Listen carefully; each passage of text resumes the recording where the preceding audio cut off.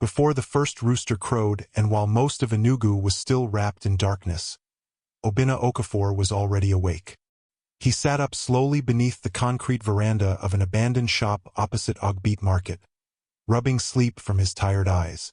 The cold morning breeze swept across the empty streets, making him pull his faded shirt tighter around his lean body.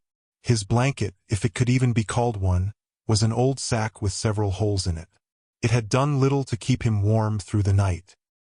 He folded the sack neatly, tucked it behind a cracked pillar where he usually hid his few belongings, and stretched his aching muscles. Every part of his body reminded him of yesterday's work. Pushing a heavy wheelbarrow from morning until evening was not easy. Some days he carried 50-kilogram bags of rice.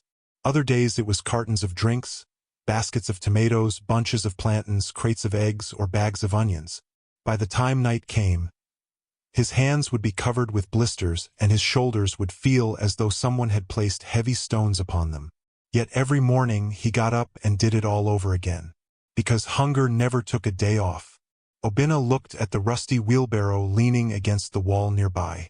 It had once belonged to an elderly man who had fallen ill years ago. Before dying, the old man had given it to Obinna. "Take care of it," he had said with a weak smile. "It may not look like much, but it will feed you." Those words had stayed with Obinna ever since. The wheelbarrow was old. One handle was cracked and wrapped tightly with layers of cloth. One tire had a slow leak that required pumping every few days. Whenever it rolled over rough ground, it squeaked loudly.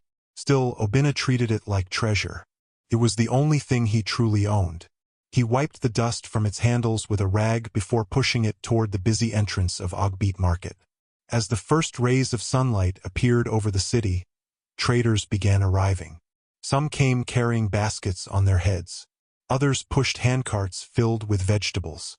Minibuses stopped one after another, unloading passengers and goods. Soon, the quiet streets transformed into the noisy heartbeat of Enugu. "Hurry! Fresh tomatoes! Move those bags! Bring the yam inside!" Voices echoed from every direction. The smell of roasted corn mixed with fresh pepper, dried fish, spices, and wet earth after the night's light rain. Obinna smiled. Another day had begun. He parked his wheelbarrow near the entrance where customers could easily find him. Several other wheelbarrow pushers stood nearby. Most were older than him. Some greeted him warmly. "Morning, Obinna. Morning, brother. Hope today favors us." "Amen," Obinna replied with a smile. Despite having very little, he never complained. That was one thing everyone admired about him. Not long after, a woman selling bags of rice called out, "You there, wheelbarrow boy." Obinna hurried over. "Good morning, Mama. I need these 6 bags delivered to my shop." "No problem." Without wasting time, he lifted the heavy sacks one after another. Sweat rolled down his forehead before the day had fully begun. He pushed the overloaded wheelbarrow carefully through the crowded paths, avoiding puddles and weaving around customers. After several minutes, he arrived at her shop. The woman handed him his payment. It wasn't much. Still, he bowed respectfully. "Thank you, Mama." She nodded absent-mindedly before returning to her customers. Obinna moved on to the next job. That was how his days usually went. Carry, push, deliver, repeat. Around noon, the scorching sun hung high above the market. His shirt was soaked with sweat. His stomach growled loudly. He reached into his pocket. Inside were a few crumpled Naira notes and some coins. Not enough for a proper meal. He walked to a roadside food seller. "Mama, how much for the smallest plate?" She looked at him kindly. "You've worked hard today."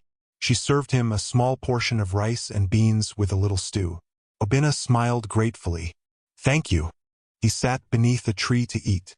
Just as he lifted the first spoonful, an elderly blind man slowly approached, tapping the ground with a walking stick. "Please, has anyone seen where I can buy food?" the old man asked weakly. Obinna looked down at his plate. It was the only meal he could afford. Without hesitation, he stood up. "Baba, please sit." The old man obeyed. Obinna placed the food into his hands. "You should eat." The man looked surprised. "But what about you?" "I'll be fine." The old man prayed quietly. "May God remember you, my son." Obinna simply smiled. His stomach remained empty, but somehow his heart felt full. Not far away, another wheelbarrow pusher shook his head. "You'll never become rich if you keep giving away your food." Obinna laughed softly. "I believe kindness always comes back." The man rolled his eyes. "Kindness doesn't pay bills." Obinna said nothing. Deep inside, he believed otherwise. As the afternoon continued, the market grew even busier. A wealthy customer hired Obinna to transport expensive electronics to a nearby vehicle.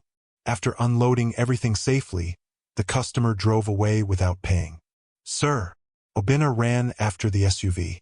"You forgot my money." The driver lowered the window. "I changed my mind. But I worked." "So?" The SUV sped away. Several traders watched the scene. Some laughed. "Poor boy. You should have collected the money first." Obinna stood silently. It wasn't the first time someone had cheated him. Probably wouldn't be the last. Instead of becoming angry, he returned to work. Another opportunity would come. Late that afternoon, a young woman carrying a baby struggled with 2 heavy bags. Obinna quickly rushed over. "Let me help you." She looked embarrassed. "I don't have enough money." "Don't worry." He carried both bags all the way to the bus stop. When they arrived, she searched her purse. "I only have 500 naira. Obinna smiled. "Keep it." "No. You need it more than I do." Tears gathered in the woman's eyes. "Thank you." She boarded her bus, still looking back at the kind young man. Nearby traders whispered among themselves. "That Obinna. He has the softest heart. He'll help anyone. But look at him. He still sleeps outside. He should think about himself." None of them knew how difficult his own life truly was. When evening approached, dark clouds gathered above Enugu. Rain began falling heavily. Traders hurried to cover their goods with tarpaulins. Customers ran for shelter. Obinna noticed a frightened little girl standing alone, crying loudly. She looked no older than 6. People rushed past without stopping. Obinna knelt beside her. "Why are you crying?" "I can't find my mummy." "It's okay." He wiped the rain from her face. "What is your mother's name?" The little girl sniffled. "Chioma." Obinna lifted her gently into the wheelbarrow to keep her feet out of the muddy water and pushed her around the market while calling out, "Who knows this little girl?" For nearly 30 minutes he searched. Finally, a frantic woman screamed, "My daughter!" She ran toward them and hugged the child tightly. "I've been looking everywhere." She turned to Obinna. "Thank you so much." She offered him money. He refused. "I'm just happy she's safe." The woman insisted. He accepted only enough to repair his wheelbarrow's damaged tire. As darkness slowly covered the city, traders packed up for the day. Obinna counted his earnings. After paying for the wheelbarrow tire repair and buying a bottle of water, very little remained. He sighed quietly. Still no place to live. Still no family waiting at home. Still no certainty about tomorrow. He pushed his wheelbarrow back toward the abandoned building where he slept. On the way, he stopped near a church. Beautiful singing floated through the evening air. He stood outside for a few moments, listening. Then he quietly whispered a prayer. "Father in heaven, thank you for another day. I don't have much. I don't know what tomorrow will bring. But thank you for giving me strength. Please bless everyone who showed me kindness today, and forgive those who treated me badly. If you have a better future for me, I'll wait patiently. Just don't let me become bitter." A gentle smile spread across his face. He picked up his wheelbarrow once more and continued walking into the night. Far across the city, in one of the most luxurious mansions in Enugu, another young person was also looking out into the darkness. Adize stood on the balcony of her father's magnificent home, staring at the glittering city lights below. Despite living in unimaginable luxury, an emptiness lingered inside her heart. Her father had spent years building one of Nigeria's biggest business empires. Their mansion had everything money could buy: luxury cars, servants, beautiful gardens, sparkling chandeliers, and expensive artwork from around the world. Yet Adiz often wondered why so many people outside their gates struggled to survive while she had more than she could ever need. She had always believed that wealth should be used to lift others, not to make them feel small. It was a belief her father admired in theory but rarely practiced. To Chief Chukwuemeka, success was measured by influence, status, and powerful connections. He wanted only the best for his daughter, and in his mind, that meant she should marry into another wealthy family. He had no idea that fate had already begun writing a very different story. At that very moment, as Obinna spread his old sack on the cold concrete floor beneath the abandoned shop, he looked up at the stars shining faintly between the clouds. He smiled to himself. "Tomorrow will be better," he whispered. He did not know that before long, the same hands that pushed a rusty wheelbarrow through the muddy streets of Ogbit Market would one day hold the hand of the woman everyone believed was far beyond his reach. Sometimes destiny begins in the places where no one thinks to look. And for Obinna Okafor, destiny had quietly begun its journey in the heart of Enugu, among crowded market stalls, worn-out shoes, and a rusty wheelbarrow that refused to stop rolling. The morning sun rose gently over Enugu, painting the sky with shades of orange and gold. Ogbit Market was already coming alive.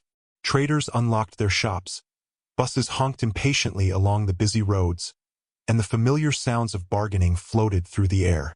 Obinna Okafor arrived before most of the other wheelbarrow pushers, just as he always did. He parked his old rusty wheelbarrow beneath a mango tree near the entrance of the market and wiped the handles with a worn piece of cloth. The wheelbarrow looked as tired as its owner. One tire still squeaked with every turn despite being repaired the previous evening. He smiled at it. "Today, my friend," he whispered, patting one of the handles. "We'll work harder than yesterday." An elderly trader overheard him talking to the wheelbarrow and laughed. "Obinna, one day people will think you've gone mad." Obinna laughed too. "If I don't encourage my only partner, who will?" The old woman shook her head with amusement. "You and your jokes." Before long, customers began arriving. One after another, Obinna carried bags of gari, cartons of noodles, baskets of vegetables, and crates of bottled drinks across the crowded market. As usual, he greeted everyone politely. "Good morning, Mama." "Thank you, sir." "God bless your business." Some smiled back. Others ignored him completely. A few barked orders as though he were invisible. Obinna never allowed it to change his attitude. He believed respect should not depend on how someone treated you. Around the same time, several kilometers away, Adiz stepped out of her bedroom dressed in a simple blue blouse, black trousers, and flat shoes. Unlike her usual elegant outfits, today's clothes were intentionally plain. Her personal assistant looked surprised. "Ma'am, are you sure you don't want to wear something more expensive?" Adiz smiled. "I'm visiting people, not attending a fashion show." She picked up a notebook from the table. "I want today to be about them, not me." Downstairs, her father, Chief Chukwuemeka, was reading the morning newspaper while enjoying breakfast. He looked up as Adiz entered. "You seem to be in a hurry." "I have a charity visit today." Chief nodded absent-mindedly. "Send money instead." Adiz smiled. "Sometimes people need presents more than money." Her father folded the newspaper. "You work too hard for strangers." "They're not strangers, Daddy. They're people." Chief sighed. His daughter had always been different from the children of his wealthy friends. While others enjoyed luxury vacations, Adiz preferred visiting orphanages. While others spent millions on designer handbags, she sponsored children's school fees. He admired her kindness, though he secretly worried that it made her too trusting. "At least let your security team follow you." "They will. And don't stay out too long." "I won't." She kissed his cheek before leaving. Her destination was Ogbit Market. She had recently launched a program that helped struggling women start small businesses. Today she planned to speak with market traders about expanding the project. Unlike previous visits, she asked her driver to use a smaller SUV instead of the family's luxury convoy. "I don't want unnecessary attention," she explained. The driver nodded. Yes, ma. As they approached the market, the roads became narrower and busier. Motorcycles squeezed through impossible spaces. Street hawkers moved between vehicles selling fruits, bottled water, handkerchiefs, and phone chargers. Children chased one another along the roadside. Life was everywhere. Adiz rolled down her window. She loved seeing ordinary people going about their daily lives. Then suddenly, the SUV jerked violently. The driver frowned. Oh no!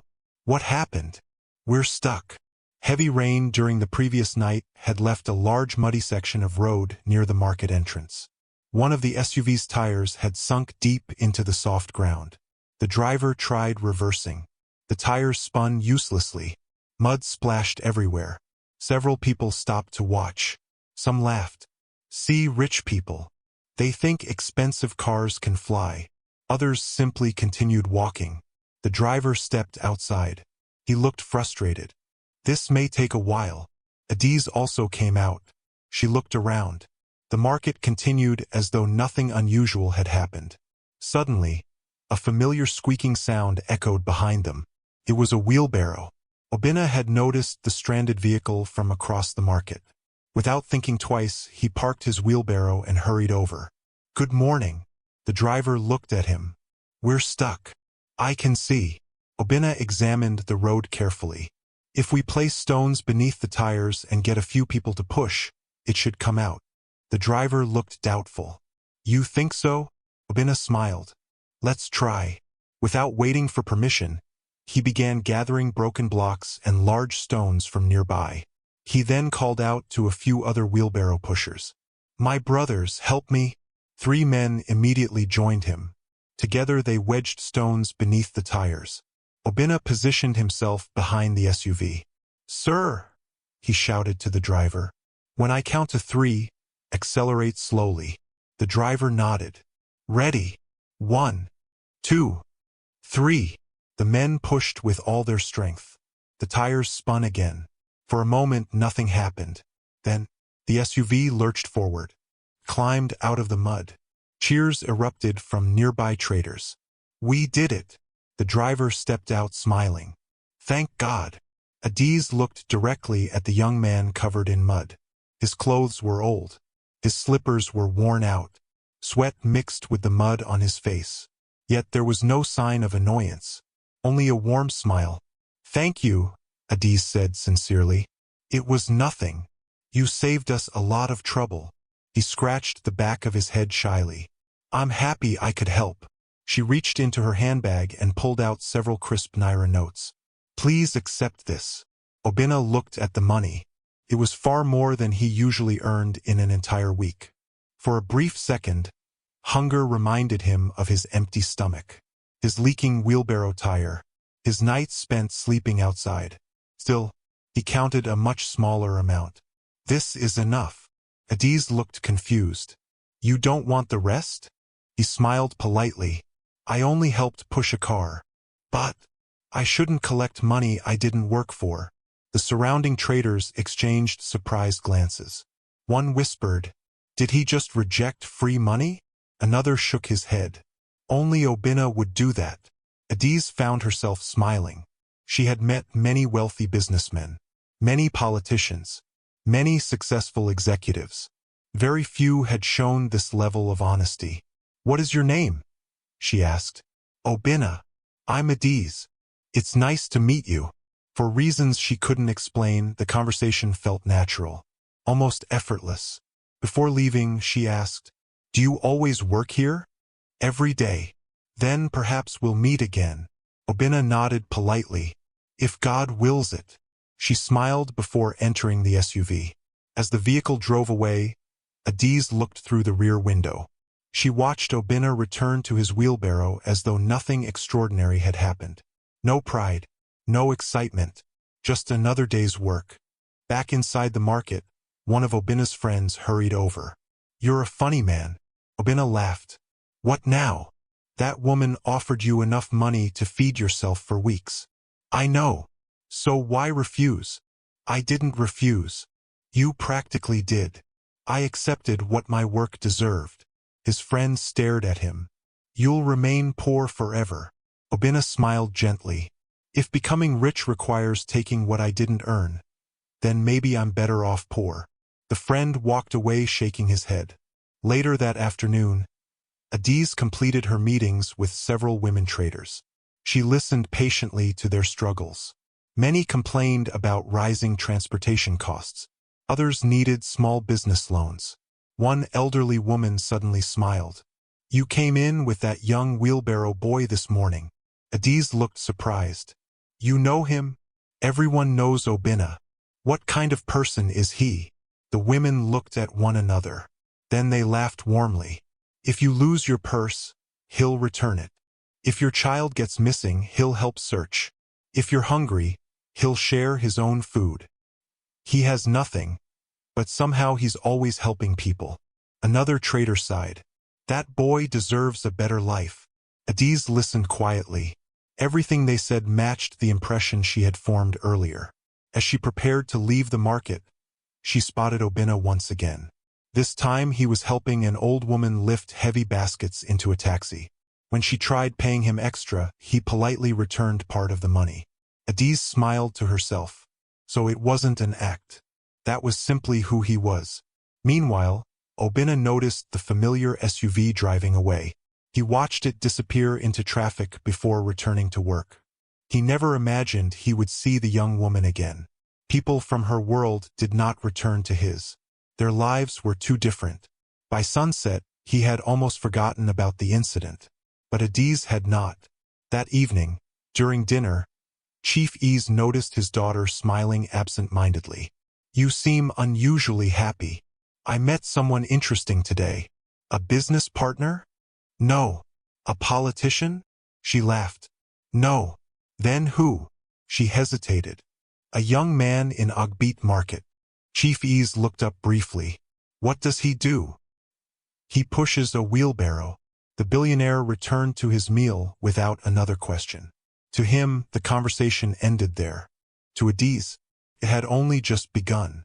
As darkness settled over Enugu, Obina lay beneath the familiar veranda, staring at the stars once again. He thought about the kind young woman whose vehicle had become stuck in the mud. She had spoken to him with respect. She had looked him in the eyes instead of through him. It was a small thing.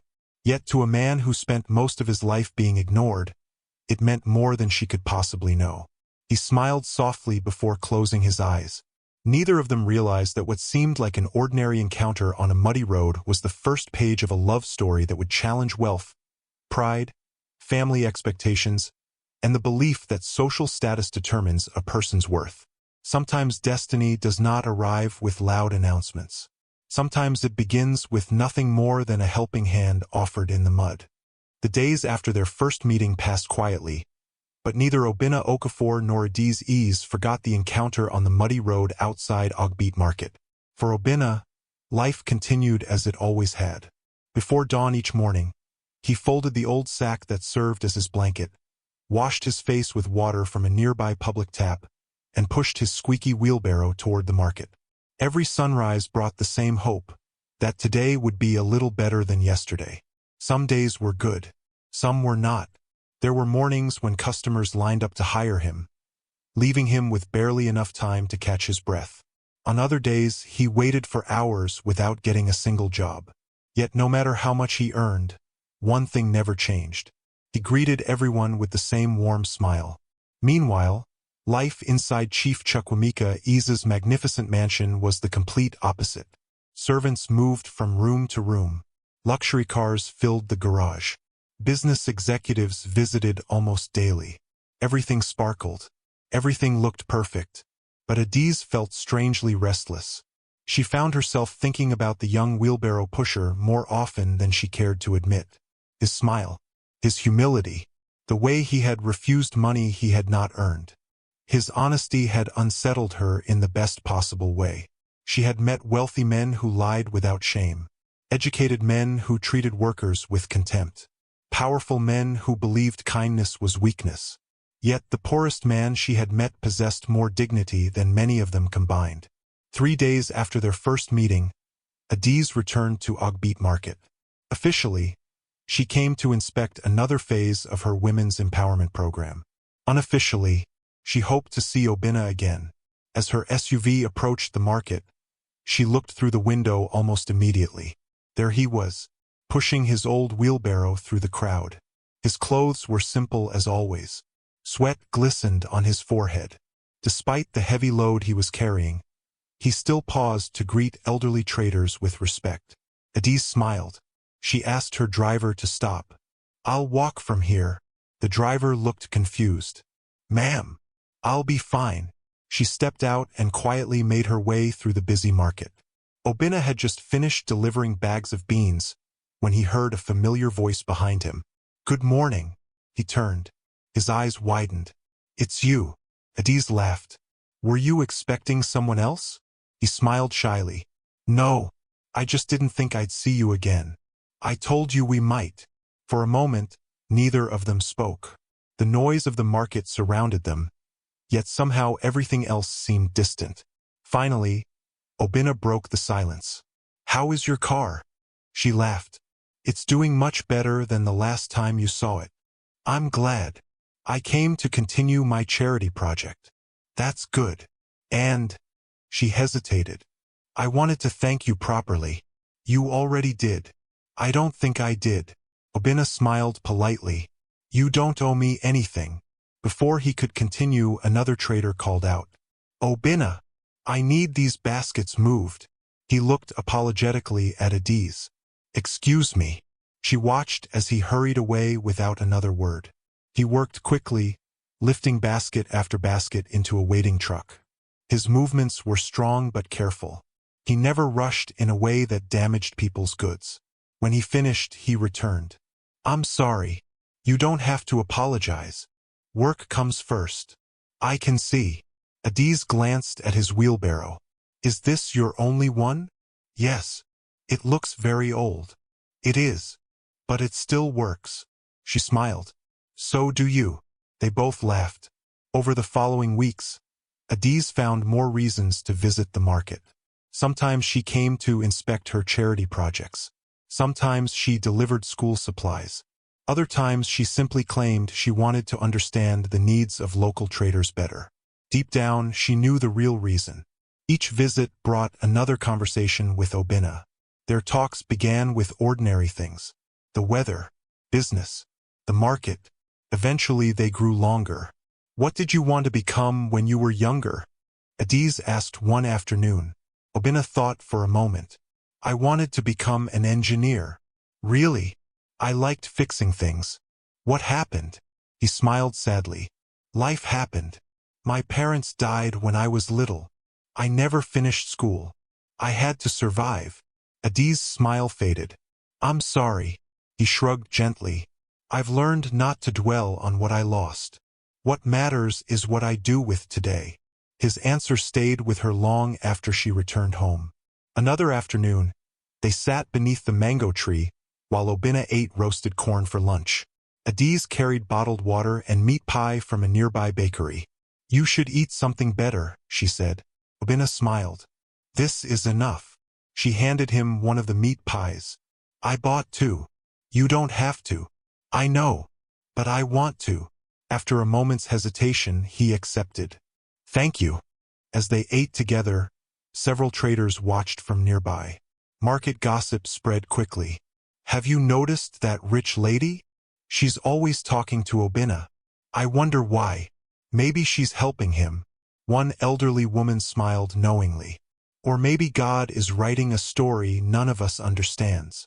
One afternoon, while delivering bags of yam, Obina found a brown envelope lying beside a parked car. He picked it up. Inside was a large amount of cash. Several men nearby whispered, "Keep it. No one saw you. You deserve it." Instead, Obina searched the market until he found the owner, a frightened businessman desperately looking for the missing envelope. When Obina returned it untouched, the man almost cried. He offered him 50,000 naira. Obina accepted only 2,000. "I only returned what belongs to you." The businessman stared at him in disbelief. Word of the incident spread throughout Agbit market. When Adiz heard the story from one of the traders, she wasn't surprised. It sounded exactly like the man she had come to know. Their friendship continued growing. They laughed together, shared stories, discussed books. Adiz discovered that although Obinna had dropped out of school years earlier, he still loved learning. Every evening after work, he borrowed old newspapers from a newspaper vendor. Sometimes he borrowed books from the small church library nearby. "I don't want my mind to become poor," he once explained, "even if my pockets are." Adiz admired him even more. One Saturday afternoon, she surprised him. "I have something for you." She handed him a wrapped package. "What is it?" "Open it." Inside were several books: basic business management, English grammar, entrepreneurship, Nigerian history. Obinna's eyes widened. "You bought these?" She nodded. "I thought you'd enjoy them." For a moment he couldn't speak. No one had ever bought him books before. His voice became quiet. "Thank you. I'll read every one." "You'd better. I promise." That evening, Obinna carefully wrapped the books inside a nylon bag before hiding them beneath the abandoned shop where he slept. To anyone else, they were ordinary books. To him, they were priceless. As weeks turned into months, something neither of them expected began quietly growing. Love. Not the kind built on expensive gifts. Not the kind born from social status. But the quiet kind that grows through respect, trust, shared laughter, acts of kindness. Neither wanted to admit it, especially Obinna. One evening, after Adiz left the market, his friend Chinedu walked over. "So, what? When are you going to tell her?"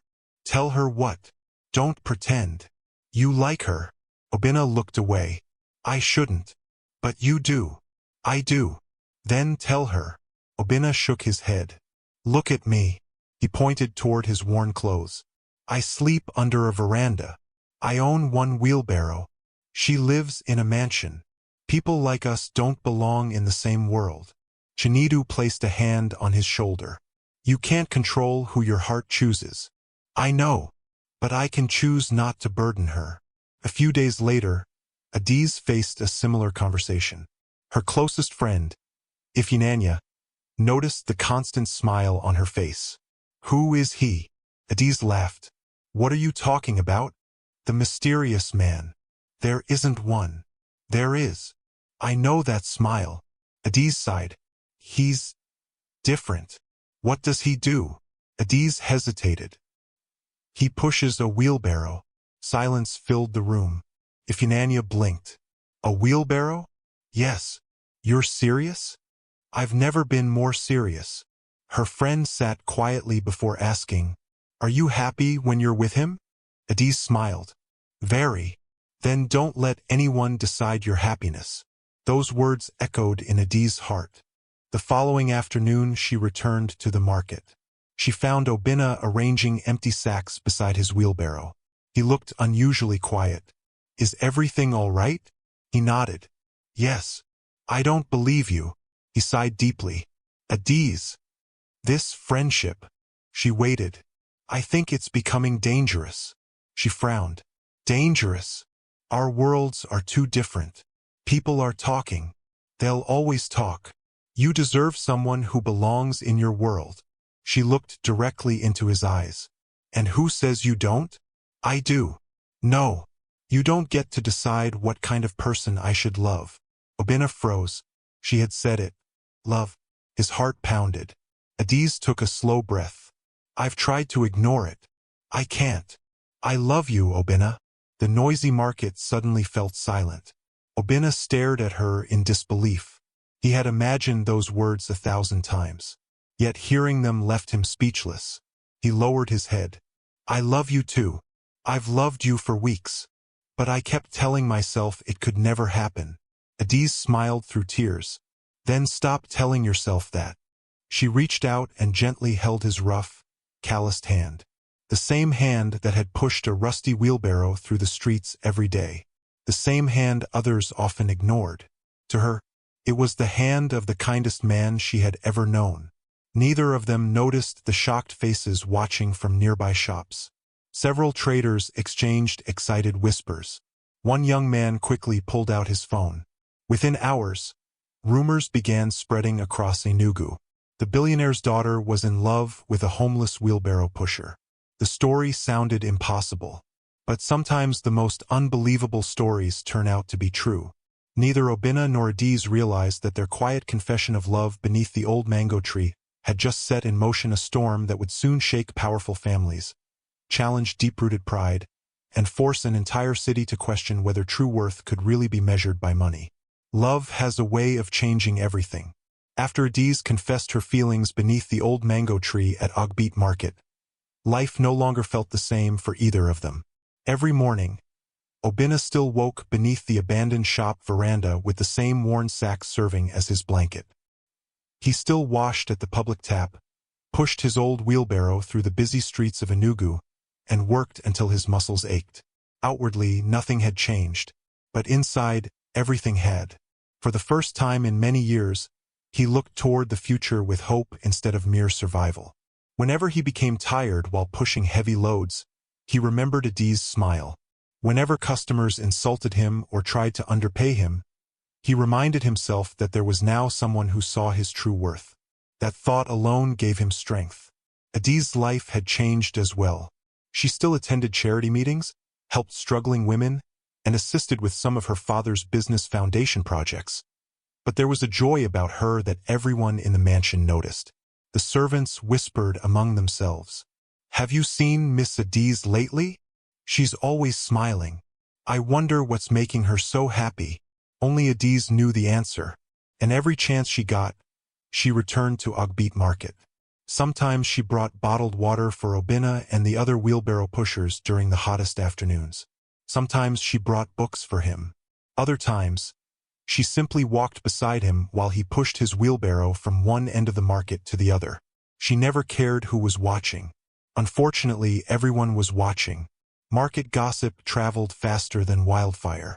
Within a few weeks, almost every trader knew that the billionaire's daughter had become close to the humble wheelbarrow pusher.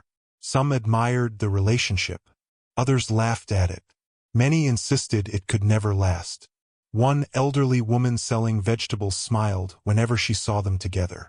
"Love doesn't wear expensive clothes," she often said. "It lives inside the heart." Another trader disagreed. "The rich don't marry the poor. Just wait. Her family will end it." Those words proved true sooner than anyone expected. One afternoon, Chief Chukwemeka Ease sat inside his luxurious office on the top floor of Ease Holdings, reviewing financial reports. His office overlooked much of Enugu. Glass walls reflected the afternoon sunlight. Expensive paintings decorated the room. A crystal chandelier hung from the ceiling. Everything spoke of wealth and power. His secretary knocked gently. "Sir, come in." She stepped inside holding a tablet. "I believe there's something you should see." She placed the tablet before him. On the screen were photographs. Adiz, standing beside a young man pushing a rusty wheelbarrow. Another showed them laughing together. Another captured them sitting beneath the mango tree talking. Chief Ease's expression slowly hardened. "Who is this young man?" His secretary lowered her eyes. "His name is Obinna. He works at Ogbit Market." Chief Ease stared at the photographs without speaking. After several moments, he dismissed his secretary. The office became silent. His fingers tightened around the tablet. He had always admired his daughter's compassion. He had encouraged her charity work. Helping poor people was one thing. Falling in love with one, that was something entirely different. That evening, he returned home earlier than usual. At dinner, Adiz immediately noticed the seriousness on his face. "How was work, Daddy?" He looked directly at her. "We need to talk." She put down her spoon. "What about?" "The young man from Ogbit Market." Her smile disappeared. For several seconds, neither of them spoke. Finally, Chief Ease asked quietly, "Is it true?" Adiz took a deep breath. "Yes." "You are in a relationship with him?" "Yes." Chief Ease leaned back slowly. "What is his name?" "Obinna."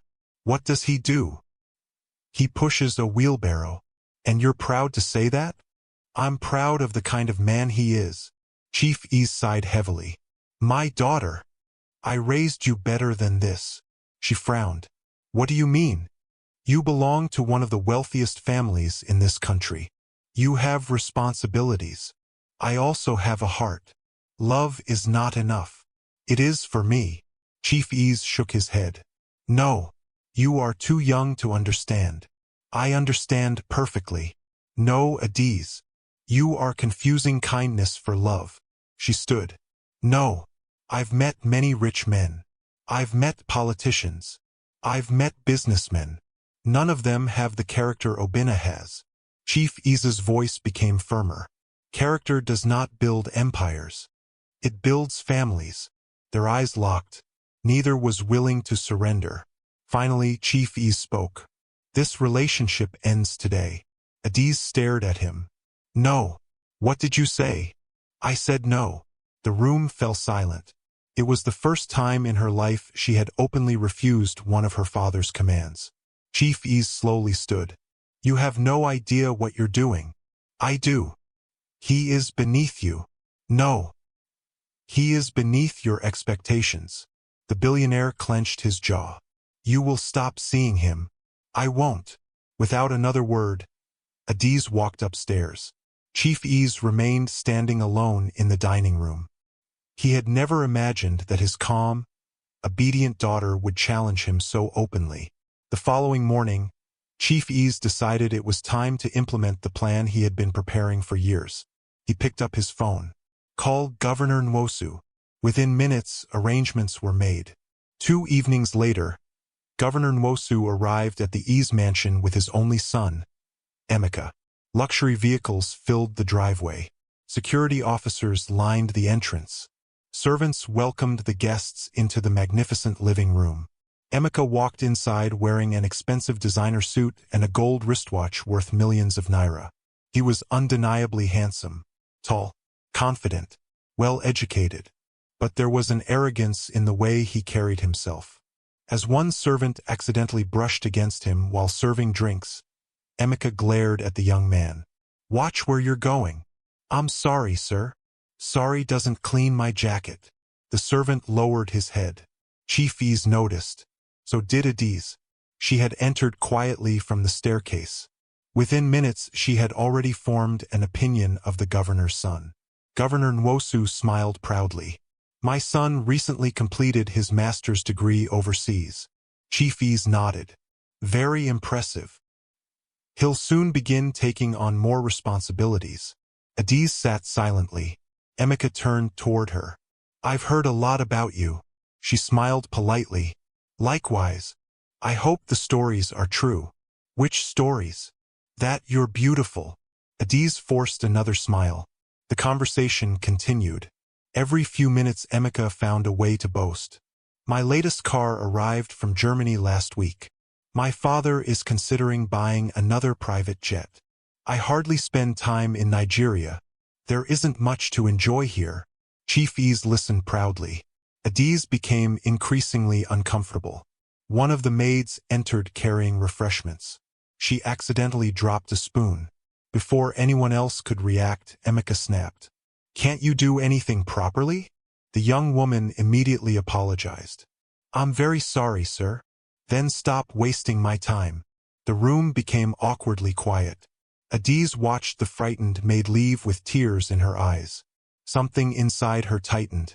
This was exactly the type of man she could never respect. Later that evening, after Governor Nwosu and his son departed, Chief Ease called Adiz into his study. What do you think of Emeka? She answered honestly. I don't like him. Chief Ease looked surprised. Why? He's rude. He lacks respect. He's confident. There's a difference. He insulted the maid. He embarrassed your staff. He talks about himself constantly. Chief Ease sighed. Those are small flaws. They're not. They reveal his character. He folded his arms. Adiz, our families have discussed this for years. What?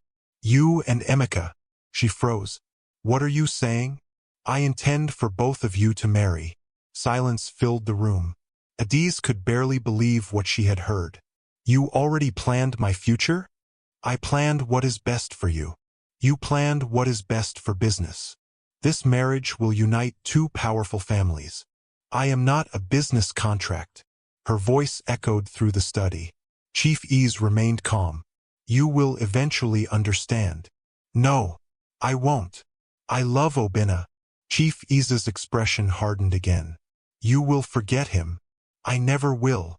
Meanwhile, completely unaware of the conversation taking place inside the billionaire's mansion, Obinna continued working late into the evening at Ogbit Market. He had just helped an elderly trader close her shop when Chinedu approached him. There are rumors. What rumors? They say the governor's son wants a D's. Obinna stopped pushing his wheelbarrow. His smile faded. The governor's son? That's what everyone is saying. Obinna remained silent. Deep inside, fear began growing. Not because he doubted Adiz, but because he understood the enormous difference between their worlds. One belonged to powerful families. The other slept beneath a veranda. That night, for the first time in weeks, sleep refused to come easily. He stared at the stars above the abandoned shop. His heart wrestled with painful thoughts. Maybe everyone is right. Maybe I don't belong beside her. Maybe loving her is selfish. But another voice answered quietly. She chose you. She knows who you are. Trust her. The following morning, Adiz arrived unexpectedly at the market. The moment she saw Obinna, she hugged him tightly. He immediately sensed something was wrong. What happened? She pulled back. My father wants me to marry someone else. Obinna felt his heart sink. Who? The governor's son. Silence surrounded them. Finally, Obinna asked softly, What do you want? She looked straight into his eyes. I want you. Nothing else mattered. Not the governor. Not the wealth. Not the pressure. Only him. Obinna gently held her hands. I don't know what tomorrow holds. I don't know how difficult this will become. But I promise you one thing. What? I will never stop fighting for us. Unknown to both of them, someone standing several meters away had secretly taken photographs of the two lovers holding hands. Before sunset, those pictures would reach Chief Chukwemeka Ease. And this time, the billionaire would decide that simply warning his daughter was no longer enough. He would personally confront the homeless wheelbarrow pusher who had dared to win the heart of his only child. The photographs reached Chief Chukwemeka Ease before the sun had completely set. He sat alone in his study, surrounded by polished mahogany shelves lined with expensive books and awards collected over decades of building one of the largest business empires in Enugu. Usually, this room was where he made multimillion naira decisions with confidence. But tonight, his mind refused to settle. He picked up the envelope lying on his desk. Inside were several photographs. The first showed Adiz standing beside Obinna near the entrance of Ogbit Market. The second captured them smiling at each other beneath the old mango tree. The third was the hardest to look at. Obinna was gently holding Adiz's hands while she looked at him with unmistakable affection. Chief Ease closed his eyes. For years he had planned every important step in his daughter's future. He had invested in the best schools, introduced her to influential families, prepared business partnerships that would strengthen the family's legacy. Never, not even once, had he imagined that she would fall in love with a homeless wheelbarrow pusher. He leaned back in his chair and sighed deeply. This has gone too far. A gentle knock interrupted his thoughts. His personal assistant stepped inside. You asked to see me, sir? Chief Ease nodded. I need every piece of information you can find on the young man. The wheelbarrow pusher? Yes. His name is Obinna Okafor. I know his name. I want everything else. Where he came from. Who his parents were. Where he lives. Who his friends are. Everything. I'll begin immediately, sir. The assistant hurried out. Chief Ease stood and walked toward the large window overlooking the city. Far below, thousands of lights glittered across Enugu. Somewhere among those lights was the young man who had completely changed his daughter's heart. The billionaire had spent his entire life believing that money solved almost every problem. If a company stood in his way, he bought it. If a contract became difficult, he negotiated. If someone opposed him, he usually found a solution through influence, patience, or wealth. Surely, One ordinary wheelbarrow pusher could not be different. The next morning at Ogbit Market began like every other. The air was cool. Traders arranged vegetables on wooden tables. Customers hurried through narrow walkways. The smell of roasted plantain and fresh bread drifted through the busy streets. Obinna arrived before sunrise. He greeted familiar faces as he pushed his old wheelbarrow into its usual position. His friend Chinedu noticed he looked distracted. "You didn't sleep well." Obinna forced a smile. "I've had better nights." "Still thinking about Adiz?" He nodded quietly. "I know her father won't accept me. Maybe he'll surprise you." Obinna gave a faint laugh. "Rich men don't surprise people like me." Before Chinedu could reply, a sleek black luxury SUV rolled slowly into the market. It immediately drew attention. People stopped what they were doing. Several traders whispered, "Who is that? Look at those cars. Must be someone important." The SUV stopped a short distance from Obinna. A uniformed driver stepped out and opened the rear door. Chief Chukwemeka Eze emerged. His tailored suit, polished shoes, and commanding presence contrasted sharply with the muddy streets around him. Conversations in the market faded. Many traders recognized him instantly. "The billionaire. Chief Eze. What is he doing here?" Obinna looked up from adjusting his wheelbarrow. Their eyes met for the first time. Without greeting him, Chief Eze spoke calmly. "Are you Obinna Okafor?" "Yes, sir. I'd like to speak with you." Obinna wiped his hands on his trousers. "Here. Somewhere quieter." Several traders exchanged nervous glances. No one dared interrupt. Obinna looked toward Chinedu. His friend simply nodded. "Go. I'll watch your wheelbarrow." Obinna followed Chief Eze toward a nearby restaurant reserved for private meetings. Inside, the difference between them became even more obvious. Chief Eze looked completely at home in the elegant surroundings. Obinna felt slightly uncomfortable sitting in a chair far more expensive than anything he had ever owned. A waiter approached. "What would you like, sir?" Chief Eze ordered breakfast for both of them. Obinna politely declined. "I'm not hungry." Chief Eze looked at him. "You haven't eaten this morning." Obinna smiled awkwardly. "I'll eat later." The billionaire realized immediately that the young man simply did not want him spending money on him. For the first time, Chief Eze noticed something unexpected. Pride. Not arrogant pride. Self-respect. The food arrived. Chief Eze gestured toward it. "Please." Obinna hesitated before quietly saying, "Thank you." He ate slowly, without greed, without embarrassment. After several minutes, Chief Eze finally began the conversation. "My daughter speaks highly of you." Obinna remained silent. "You know who I am?" "Yes, sir." "And you know who Adiz is?" "I do." Chief Eze folded his hands. "Then you also know that your relationship has no future." Obinna looked down briefly before raising his eyes again. "I know our lives are different." "Different?" Chief Eze repeated. "You push a wheelbarrow. My daughter manages parts of a billionaire company. You sleep outside. She has never worried about where to sleep. You own almost nothing. She will inherit everything I built." Obinna listened quietly. Every word hurt, not because it was cruel, because it was true. Chief Eze continued. "Do you honestly believe love is enough?" Obinna answered honestly. "I don't know. But I know I love her. And she loves me." Chief Eze sighed. "Young man, you seem decent. I don't hate you. But you're standing in the way of your own future." Obinna frowned slightly. "I don't understand." The billionaire reached beside his chair and lifted a black leather briefcase onto the table. He unlocked it. The lid slowly opened. Inside were bundles of neatly stacked cash. More money than Obinna had ever imagined. His breathing slowed. For a brief moment, memories flashed through his mind. Cold nights beneath the veranda. Going to bed hungry. Walking barefoot after his slippers tore. Watching others enjoy simple things he could never afford. This money could change everything. Chief Eze spoke softly. "There are 20 million naira inside." Obinna stared silently. "Take it. Start a business." Rent a house. Build a new life. There is only one condition. Obinna already knew what was coming. Leave my daughter. Silence filled the room. Outside, cars continued passing. Inside, time seemed to stand still. Chief Ease gently pushed the briefcase across the table.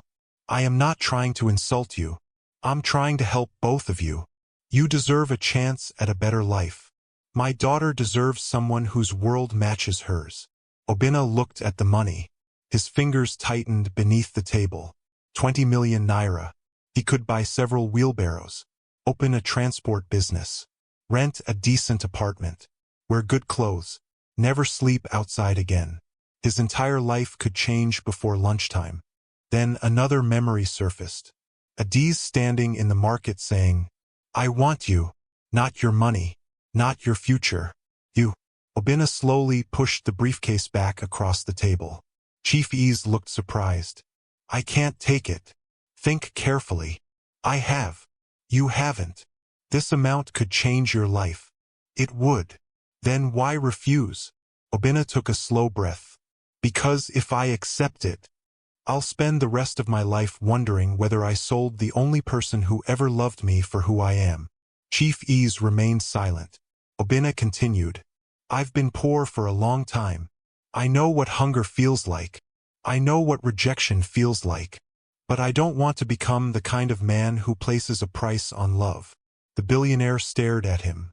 No one had ever refused him like this. Most people tried to gain his favor. Others begged for opportunities. This young man was refusing 20 million naira. Chief Ease leaned forward. What if I increase the amount? Obinna smiled sadly. It isn't about the amount. 50 million. Obinna gently shook his head. 100 million. The room became silent again. Obinna looked directly into the billionaire's eyes. If I leave Adiz because someone pays me, then I never truly loved her. And if I truly love her, no amount of money is enough. For the first time, Chief Ease saw genuine conviction instead of desperation. There was no greed in the young man's face, no calculation, only honesty. Still, the billionaire refused to give up. You understand that I can make your life very difficult? I know. You may never see her again. Obinna lowered his head briefly. If that's what happens, I'll be heartbroken, but I'll never regret loving her. Chief Ease slowly closed the briefcase. He stood. So this is your final answer? Yes, sir. I'm sorry. I cannot sell my love. The billionaire nodded once. Without another word, he turned and walked toward the exit. Obinna remained seated for several moments. His heart was racing. His hands trembled slightly. He had just refused more money than he had ever imagined. As he finally stood to leave, the restaurant manager quietly approached him. I couldn't help overhearing. Obinna looked embarrassed. I'm sorry. The manager smiled. You reminded me that some things are still priceless. Back outside, Obinna returned to the market. Chinedu hurried toward him. What happened? Obinna gave a tired smile. He wanted me to leave Adiz. And he offered me money. How much? Obinna hesitated. You won't believe me. Try me. 100 million naira. Chinedu stopped walking. What? Obinna nodded. I refused. For several seconds, Chinedu simply stared. Then he burst into laughter. You really are different. Maybe. But I can still sleep peacefully tonight. Far away, inside the back seat of his moving SUV, Chief Ease sat quietly. He looked out the window without speaking. His driver sensed something unusual. Everything all right, sir? Chief Ease answered almost absent-mindedly. I've spent my whole life believing everyone has a price. He paused. Perhaps I was wrong. As the SUV disappeared into the traffic, neither man realized that their conversation was only the beginning. Fate had already prepared a far greater revelation. One that would shatter decades of assumptions, uncover a buried family secret, and prove that the homeless wheelbarrow pusher was connected to Chief Ease's own past in a way neither of them could possibly imagine. The drive back to Ease Mansion was unusually quiet. Chief Chukwemeka Ease sat in the back seat of his black SUV, staring out the window as the streets of Enugu drifted by. Normally, after an important meeting, he would make phone calls, answer emails, or discuss business with his assistant. Today, he did none of those things. His mind remained fixed on one young man. Obinna Okafor, the homeless wheelbarrow pusher, had just refused 100 million naira. Chief Ease had spent more than 40 years building an empire. Along the way, he had met politicians, governors, ministers, wealthy businessmen, and powerful foreign investors. Almost every one of them had a price. Some sold their loyalty. Some sold their integrity. Others sold friendships. Many sold family. Yet the poorest man he had met in years had refused enough money to completely transform his life. It unsettled him. Something about Obinna refused to fit the picture he had imagined. He wasn't desperate. He wasn't dishonest. He wasn't pretending. He simply loved Adiz. The SUV rolled through the massive gates of the mansion. Security officers saluted as the vehicle entered. The fountains sparkled beneath the afternoon sun. Gardeners trimmed flowers along the driveway. Everything appeared exactly as it always had. But Chief Ease's thoughts were elsewhere. As he stepped into the house, Adiz hurried toward him. "Daddy." He stopped. "Yes. You went to see Obinna." It wasn't a question. It was a statement. Chief Ease looked at her carefully. "Who told you?" "Someone from the market saw your convoy." Silence hung between them. "What did you say to him?" "I had a conversation." "What kind of conversation?" "I asked him to leave you." Adiz's face tightened. "And I offered him money." She closed her eyes briefly. "How much?" "It doesn't matter." "It matters to me." Chief Ease answered quietly. 100 million naira. For a moment, Adiz couldn't speak.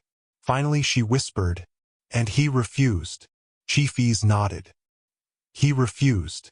A faint smile appeared on Adiz's face. "I knew he would." The billionaire frowned. "You don't seem surprised." "I'm not." "He would never choose money over people." Chief Ease looked at his daughter differently. She wasn't defending Obinna because she was blinded by love. She was defending him because she genuinely knew his character. Without another word, Chief Ease walked upstairs to his study. He needed answers, not assumptions. He picked up the phone. "Any update?" he asked his private investigator. "Yes, sir. We found several people who knew Obinna growing up." "What have you learned?" "Very little." "What do you mean?" "There are almost no official records before he was about 6 years old." Chief Ease frowned. "No birth certificate?" "None." "Parents?" "Unknown." "Village?" "No confirmed information." "He appears to have simply appeared." The billionaire slowly lowered the phone. "That was unusual. Extremely unusual. Everyone came from somewhere. Everyone had a beginning. Why was Obinna's hidden?" The next morning dawned bright over Enugu. At Ogbit Market, business was already in full swing. Traders shouted prices. Wheelbarrows rolled across uneven paths. Customers hurried from one stall to another. Obinna worked as he always did. If anyone noticed the sadness behind his smile, they said nothing. He had not told anyone except Chinedu about the meeting with Chief Ease. Even then, he avoided discussing it. There was no point dwelling on what he could not change. Late that afternoon, while helping unload bags of cement from a delivery truck, Obinna accidentally scraped the back of his right hand against a rough wooden crate. Ouch! A thin line of blood appeared. One of the traders handed him a small bottle of water. "Wash it before it gets dirty." "Thank you."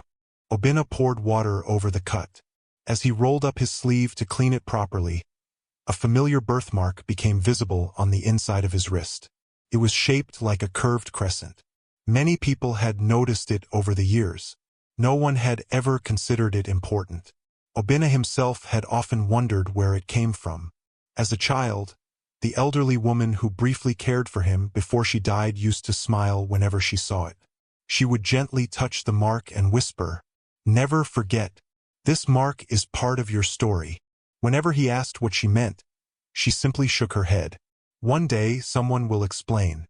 She never did. She died before she could. The mystery remained. Meanwhile, Chief Ease's investigation continued. By evening, another report arrived. His investigator entered the study carrying a thin folder. "This is everything we've managed to find." Chief Ease flipped through the pages. Photographs, witness statements, employment records, church references, market testimonies. Every page described the same man. Honest, hardworking, kind, trustworthy.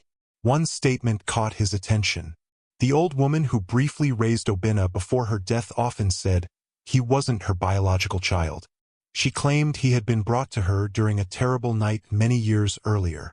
Chief Ease looked up sharply. "What terrible night? We're still investigating. When exactly?" "The dates are difficult to verify." Something stirred deep inside him. A memory. Old, painful, almost forgotten. He closed the folder. That night, sleep refused to come. For hours he stared at the ceiling. Eventually, memories began returning. 26 years earlier, he and his closest friend, Chief Ifani Okafor, had started their construction company with almost nothing. Back then they shared everything. One small office, one aging pickup truck, one dream. Ifani had been more than a business partner. He had been a brother. They celebrated together, worked together, prayed together. Their wives became close friends. When Adiz was born, Ifani joked that his own unborn child would one day become her best friend. Life had seemed perfect. Then everything changed. One rainy evening, while returning from an important business meeting, assassins ambushed Ifani's convoy. The attack was brutal. By the time help arrived, Ifani was dead. His wife disappeared during the chaos. Their young son vanished without a trace. Despite years of searching, no one ever found the child. The police eventually concluded the boy had likely died. Chief Ease had never truly accepted that conclusion. He had paid investigators, visited villages, offered rewards. Nothing. The missing child became one of the greatest regrets of his life. The memory faded as dawn approached. Chief Ease sat upright in bed. For the first time in years, he wondered, what if the child survived? The thought seemed impossible, yet something refused to let it go. The following afternoon, Chief Ease decided to visit Ugbit Market again. This time he did not announce his arrival. He simply stepped out of the SUV and began walking. The market felt unusually quiet. People recognized him immediately. Some greeted him respectfully. Others simply watched. Obinna was helping an elderly trader lift baskets of oranges onto a pickup truck. After finishing, he noticed the billionaire approaching. He wiped the sweat from his forehead. "Good afternoon, sir." Chief Ease nodded. "I'd like to speak with you again." "Of course." This time they remained inside the market rather than going to a restaurant. They walked slowly between rows of shops. For several minutes neither man spoke. Finally Chief Ease asked, "Have you always lived in Enugu?" "No." "Where were you born?" "I honestly don't know." The billionaire stopped walking. "You don't know?" Obinna smiled sadly. "I've never known. I lost the people who raised me when I was still young. I don't remember much before then." "What about your parents?" "I've never met them." "You have no relatives?" "None that I know." Chief Ease listened carefully. Every answer created even more questions. As they continued walking, a loud shout echoed nearby. "Obinna!" One of the traders waved frantically. "I need help lifting this engine." "I'll be right there." Obinna turned to Chief Ease. "Excuse me for a moment." He hurried over. The engine was heavier than expected. Another man joined him. Together they lifted it onto a truck. While adjusting his grip, Obinna's sleeve rolled upward. The afternoon sunlight fell directly across his wrist. Chief Ease froze. His breathing stopped. There, on the inside of Obinna's right wrist, was the unmistakable crescent-shaped birthmark. His eyes widened. His heart pounded violently inside his chest.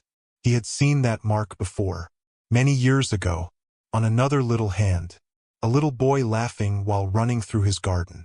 A little boy who called him Uncle Chukwu, the son of his best friend, Ifani. Chief Ease stared in disbelief. The memories flooded back all at once. One birthday celebration, the children playing, Ifani laughing proudly, his wife lifting the little boy. "Look at his birthmark," she had smiled. He inherited it from his grandfather. The exact same mark, the exact same shape.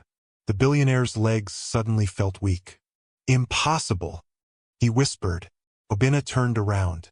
"Sir?" Chief Ease couldn't answer. His eyes remained fixed on the young man's wrist. "Your hand." Obinna looked confused. "My hand.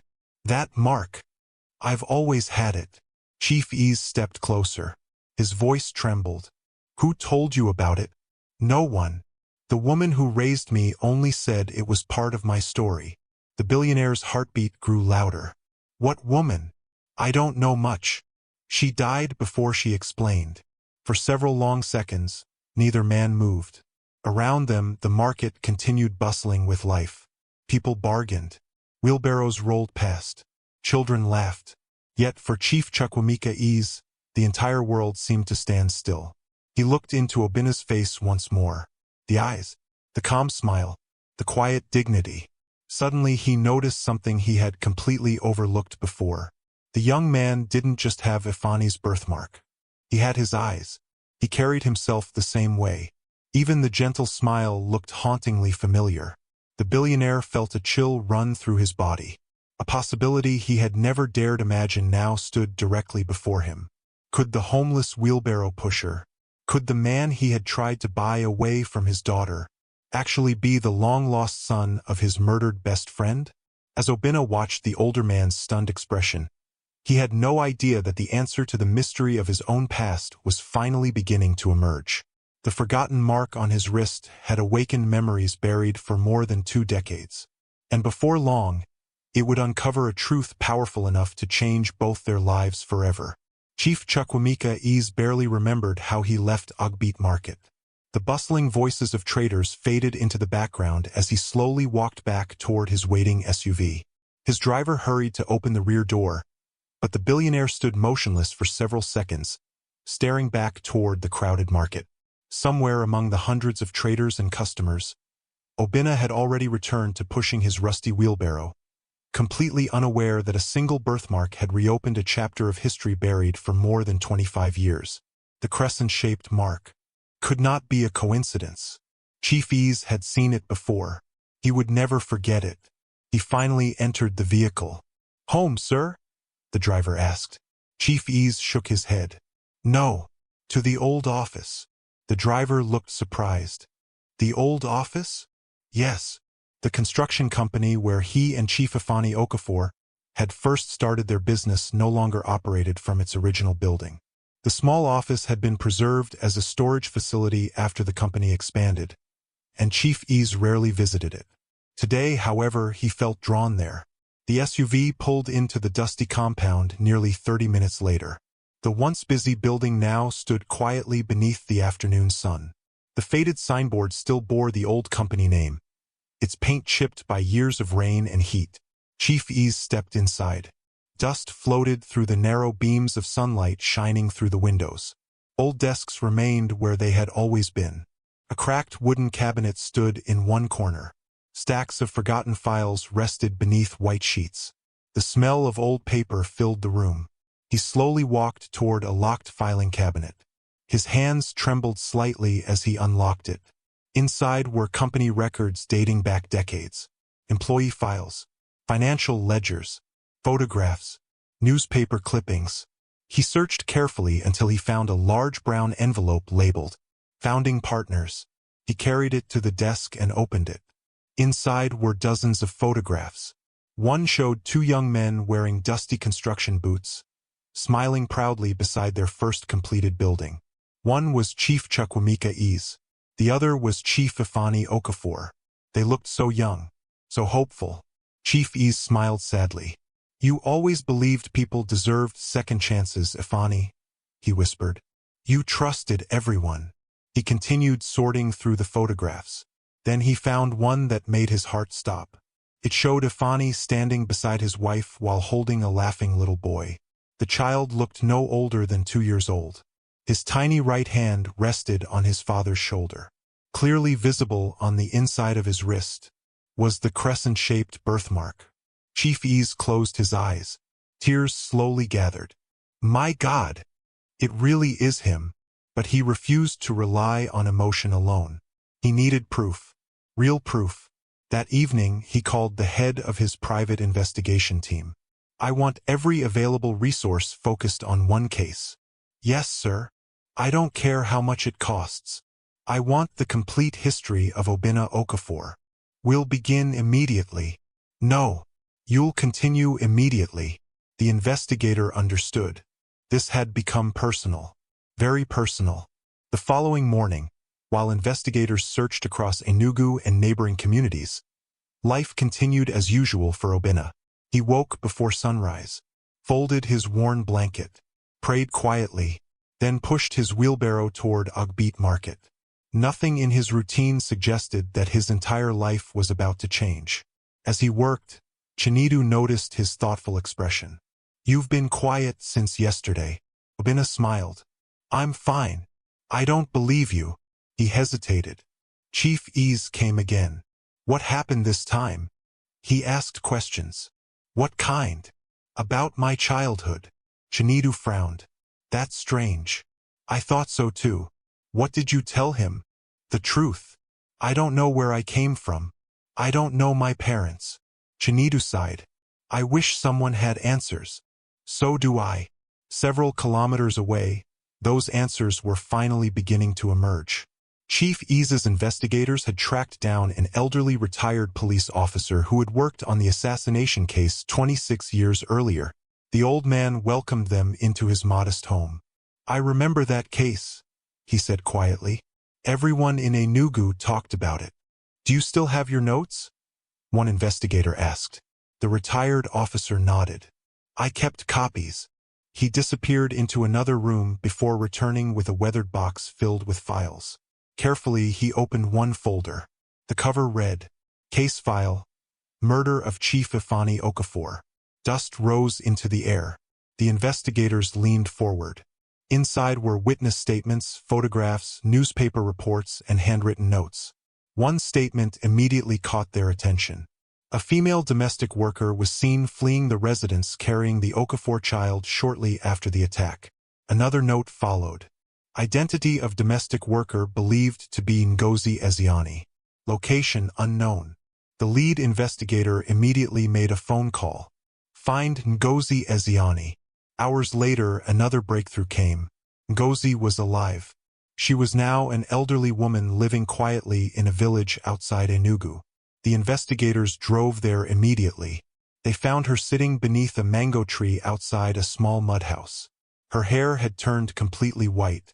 Age had slowed her movements. When they mentioned Chief Ifeanyi Okafor's name, tears instantly filled her eyes. I've prayed for this day, she whispered. The investigators exchanged hopeful glances. What happened that night? Ngozi closed her eyes. I still remember every moment. She took a deep breath. They came after midnight. There were gunshots everywhere. I heard Madam screaming. I grabbed little Obinna before anyone saw me. The investigators froze. You called him Obinna? That wasn't his birth name. What was it? She smiled faintly. His real name was Chibuzo Okafor. My master always called him Chibuzo. What happened next? I ran. I didn't stop. I knew if they found him, they would kill him too. Where did you go? To my sister's village. I stayed there for several months. Then I became very sick. I feared I would die. So I left him with an old widow I trusted. I intended to return. But before I recovered, she began crying. I learned she had moved. I searched for years. I never found him again. The investigators could hardly believe what they were hearing. Everything matched. Every detail. Before leaving, they showed her a recent photograph of Obinna. The old woman covered her mouth. My little boy. He's alive. She wept openly. The investigation team immediately returned to Enugu. That evening they presented everything to Chief Ease. The billionaire listened without interrupting. When they finished, Silence filled the room. One investigator finally spoke. "Sir, we are now confident beyond reasonable doubt. Obinna Okafor is Chibuzo Okafor, the missing son of Chief Ifani Okafor." Chief Ease lowered his head. His shoulders shook. For several moments, no words came. Finally, he whispered, "I spent 25 years searching for him. And all this time, he was carrying people's loads in the market." He covered his face. A wave of guilt crashed over him. He remembered every cruel assumption he had made. Every word. Every judgment. Every attempt to separate Obinna from Adiz. He had looked at the young man and seen only poverty. He had never stopped to ask how he became poor. Tears rolled freely down his cheeks. "I failed you, my friend," he whispered, looking toward the framed photograph of Ifani hanging on his office wall. "I promised I'd protect your family. I failed." The following morning, Chief Ease drove alone to the cemetery where Ifani had been buried. The grounds were quiet. Birds sang softly among the trees. He carried fresh white lilies. After placing them carefully before the grave, he remained standing in silence. Finally he spoke. "Ifani, I found him. Our boy is alive." His voice cracked. "I judged him because of his clothes. I treated him like he wasn't worthy. I even tried to pay him to leave Adiz." He lowered his head. "I'm ashamed." The breeze gently stirred the flowers. Chief Ease wiped away his tears. "I promise you, I'll make this right." Back at Ogbit Market, Obinna continued working as though nothing unusual had happened. He delivered sacks of gari, helped elderly traders, returned a wallet someone accidentally dropped. His kindness remained unchanged. Several traders often wondered why fortune had never smiled on him. None of them knew that destiny was already walking toward the market. Later that afternoon, Adiz visited as usual. She found Obinna repairing one of the wheelbarrow's loose handles. "You'll replace this thing one day," she teased. He laughed. "I've been saying that for years." She knelt beside him. "Can I help you?" "Why not? You'll get dirty. I've survived worse." They both laughed. Nearby traders smiled warmly. Watching them together had become one of the market's favorite sights. Neither of them noticed the black SUV parked quietly across the street. Inside, Chief Ease watched silently. For the first time, he wasn't seeing a homeless laborer. He was seeing the son of his best friend. The child he had searched for across villages, orphanages, and police stations. The boy who should have grown up alongside Adiz. The boy who had inherited not only his father's birthmark, but also his honesty, humility, and strength. Chief Ease's eyes filled with tears once again. He understood now that fate had given him an extraordinary second chance. Not only to reunite with the son of his closest friend, but also to correct the greatest mistake of his own life. He quietly started the engine. Tomorrow, he decided, he would no longer approach Obinna as a billionaire speaking to a poor wheelbarrow pusher. He would approach him as a man seeking forgiveness from the son of a brother he had lost. And that conversation would change both their lives forever. The sun had barely risen over Enugu when Chief Chukwuemeka Ease was already awake. Sleep had been impossible. Every time he closed his eyes, memories returned. He saw two young entrepreneurs sharing dreams in a tiny office. He saw his late friend, Chief Ifani Okafor, laughing as he carried his little son around the company compound. Then the memories shifted. Gunshots, chaos, a funeral, years of unanswered questions. And finally, a young man pushing a rusty wheelbarrow through Ogbit Market. The same child, the same family, the same blood. His heart ached with guilt. He had spent years searching for his friend's missing son. Yet when fate finally placed the young man directly in front of him, he had judged him by his torn clothes instead of his character. He had insulted him without raising his voice. He had tried to buy him away with money. The thought made him feel ashamed. Chief Ease stood before the large mirror in his bedroom. Instead of choosing one of his expensive designer suits, he selected a simple white traditional outfit. No luxury wristwatch, no gold cufflinks, no expensive perfume, He wanted nothing to stand between himself and the truth he had to face. Downstairs, Adiz was surprised to see her father preparing to leave so early. "Daddy," he smiled gently. "Good morning. You're leaving already?" "Yes." "Business meeting?" He hesitated. "No. I'm going to see Obina." Adiz's expression changed immediately. She searched his face carefully. There was something different about him. His usual confidence had been replaced by quiet humility. "What happened?" Chief Ease looked at his daughter. "I owe him an apology." Adiz blinked. For a moment, she wondered if she had heard correctly. "My father? You want to apologize?" He nodded slowly. "I've been wrong." Before she could ask another question, he added, "I'll explain everything later." Then he walked toward the waiting SUV. Halfway to the vehicle, he stopped. After a moment's thought, he turned to his driver. "Take the car back." The driver looked confused. "Sir, I'm not using it. I'll drive myself." He wanted no convoy, no bodyguards, no display of power. Today, he was not going to Ogbit Market as one of the richest men in Enugu. He was going as a man burdened by regret. By the time Chief Ease arrived, Ogbit Market was already buzzing with activity. Wheelbarrows rolled over uneven ground. Women called out prices for tomatoes and peppers. Customers bargained loudly. Children ran between the stalls. The familiar sounds of the market filled the morning air. Obina was exactly where he always was. His faded shirt was damp with sweat. His hands gripped the handles of his old wheelbarrow as he carefully pushed several heavy sacks of rice toward one of the shops. Chief Ease watched quietly from a distance. Several traders noticed him. "The billionaire is back. What does he want this time? Hasn't he troubled that poor boy enough?" The whispers spread quickly. When Obina finished unloading the bags, he turned and saw Chief Ease standing nearby. For a brief moment, uncertainty crossed his face.